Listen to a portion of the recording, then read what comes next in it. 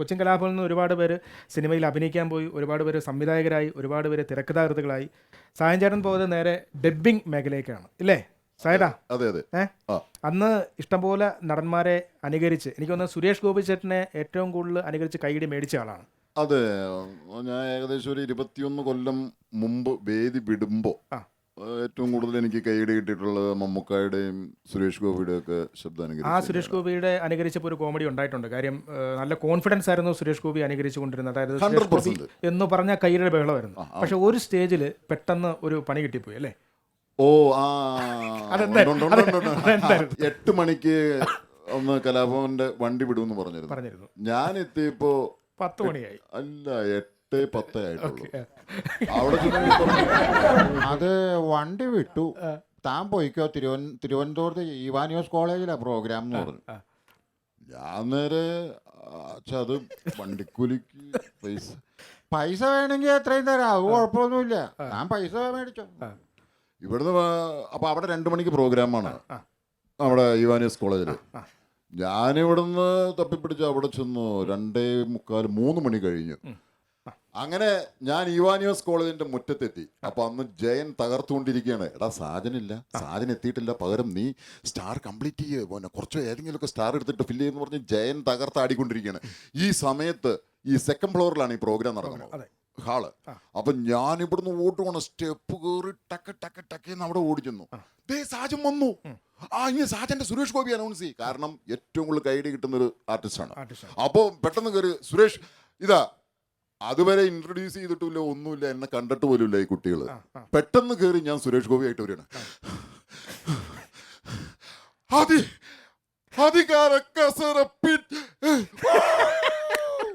ഒരൊറ്റ കൂവലാണ്, എനിക്ക് ശ്വാസം കിട്ടാനുള്ള. അവസാനം ഇറങ്ങി പോയതിനിടെ പറ്റൂല എന്നെ കൊണ്ട് എന്ന് പറഞ്ഞു. എന്റെ ദൈവമേ, ഞാൻ ആകെപ്പാട് പ്രതീക്ഷിക്കുന്ന കയ്യടിയാണ് ഫസ്റ്റ്. ഇങ്ങനെ ഒരു നിമിഷം ഒന്ന്. അപ്പോൾ സോബി പെട്ടെന്ന് സൗണ്ട് സിസ്റ്റം കംപ്ലൈന്റ് എന്നുള്ള രീതിയിലാക്കി വെച്ചു. ഒരു 2 മിനിറ്റ് എനിക്ക് തന്നു. ഇതാ മലയാളത്തിന്റെ മെഗാസ്റ്റാർ അഭിനയ ചക്രവർത്തി മമ്മൂട്ടി എന്ന് പറഞ്ഞു. ഞാൻ കേറി ഞോന്നാണ്ട് വീണ്ടും വന്ന മനുഷ്യരെ കൊളാക്കാൻ. ഈ ചിരി അങ്ങ് ഇട്ടതോടുകൂടി കൂവലൊക്കെ മാറിയിട്ട് കയ്യടിയിലോട്ടായി. പിന്നെ നിന്ന് തിരിയേണ്ടി വന്നില്ല. 1 by 1 ആയിട്ട് വെച്ചൊരലക്കം കലക്കി. അത് നമുക്ക് വേറെ ആളുണ്ട്, നമുക്ക് വിശ്വനിലേക്ക് വരാം. കാര്യം വിശ്വന്റെ കഥ കിട്ടി കഴിഞ്ഞാൽ ഭയങ്കരമാണ്. കാര്യം വിശ്വൻ ഈ ഡയലോഗ് കയ്യടി കിട്ടി കഴിഞ്ഞാൽ ഡയലോഗ് പെട്ടെന്ന് മറന്നു പോകുന്ന ഒരാളാണ്. അതായത് ഓരോ സ്റ്റാറിനെ അനുകരിക്കും. കയ്യടി കിട്ടിക്കഴിഞ്ഞാൽ പെട്ടെന്ന് വിശ്വൻ ഡയലോഗ് മറന്നു പോകും. ചിലപ്പോൾ ഡയലോഗ് മാറി. വിശ്വ, നമുക്ക് എന്തെങ്കിലും ഒന്ന് തുടങ്ങാം. ഞാൻ ഈ പറഞ്ഞ മാതിരി മലയാള സിനിമയിലേക്ക് ഡബ് ചെയ്ത ശങ്കരാടി ചേട്ടനാണ്. അതായത് ഒരു 3 തലമുറ കണ്ടു. എൻ്റെ അച്ഛൻ കണ്ടു, ഞാൻ കണ്ടു, എൻ്റെ മകളും കണ്ടു ആ നാട്ടിനെ. മിമിക്രിയിൽ നിന്ന് കിട്ടിയതിൽ ഏറ്റവും വലിയൊരു അനുഗ്രഹമാണ്. അതിൻ്റെ മുകളിലേക്ക് ഒന്നും കിട്ടാനില്ല എന്ന് വിശ്വസിക്കുന്ന ഒരാളാണ് ഞാൻ. കാരണം അതിന് പറയാനൊരു കാരണമുണ്ട്. പണ്ട് കലാവിൽ മിമിക്രി കളിച്ചുകൊണ്ടിരുന്നപ്പോൾ ടൗൺ ഹാളിൽ മിമിസ് പരേഡിൻ്റെ അവിടെ എന്തോ മിമിക്രി മത്സരം നടക്കുക. അപ്പോൾ എന്നോട് പറഞ്ഞു മോണാക്ട് മത്സരമൊക്കെ നടന്നുകൊണ്ടിരിക്കുക. അപ്പോൾ കലാവിലേക്ക് വന്നിട്ട് പറഞ്ഞു ആരെങ്കിലും വന്നൊന്ന് മാർക്കിടാൻ വന്നിരിക്കണം എന്ന് പറഞ്ഞു. പെട്ടെന്ന് തന്നെ നോക്കിയപ്പോൾ എവിടെ ചെന്നാലും ഞാൻ മാത്രമേ ഉള്ളൂ. ചെല്ല് വിശ്വം ചെല്ല്. ഞാൻ അവിടെ ചെന്നു കഴിഞ്ഞപ്പോൾ അച്ഛൻ അത് കഴിഞ്ഞിങ്ങോട്ട് വന്നു കഴിഞ്ഞപ്പോൾ ചോദിച്ചേ എങ്ങനെ ഉണ്ടായിരുന്നു മിമിക്രി മോണാക്ടൊക്കെ, നന്നായിരുന്നോ?